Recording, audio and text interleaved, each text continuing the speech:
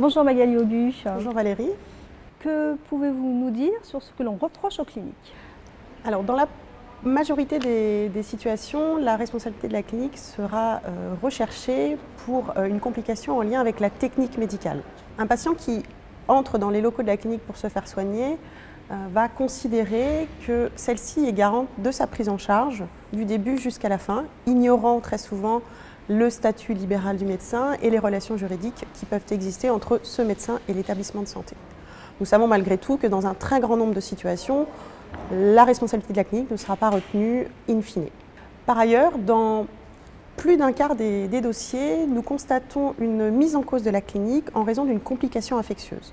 Ceci est très probablement le résultat du régime juridique mis en place par la loi du 4 mars 2002, un régime qui prévoit une responsabilité de plein droit de la clinique, le patient n'ayant pas à rechercher la faute de cet établissement de santé.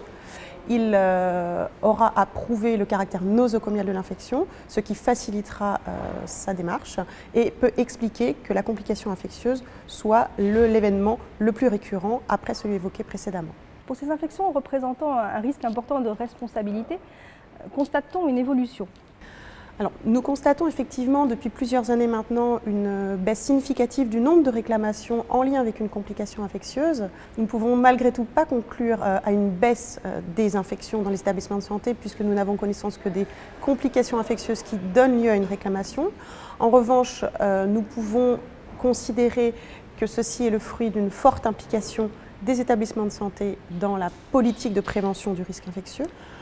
Nous constatons simultanément et mécaniquement une augmentation du nombre de patients pris en charge en secteur ambulatoire et une baisse de la prise en charge en hospitalisation complète. Et tout porte à croire que ces phénomènes sont coïncidents et peuvent expliquer la baisse des infections et des réclamations en lien avec ces infections. Avez-vous relevé un secteur de prise en charge plus générateur de réclamations? De manière constante depuis plusieurs années, nous constatons effectivement que la prise en charge des patients en secteur orthopédique est beaucoup plus pourvoyeuse de réclamations que d'autres secteurs. Ceci pour plusieurs raisons. La première, la plus évidente, est le fait que le nombre d'actes réalisés en chirurgie orthopédique est plus important que dans d'autres secteurs, tels que la chirurgie cardiaque, la chirurgie esthétique ou d'autres secteurs de médecine.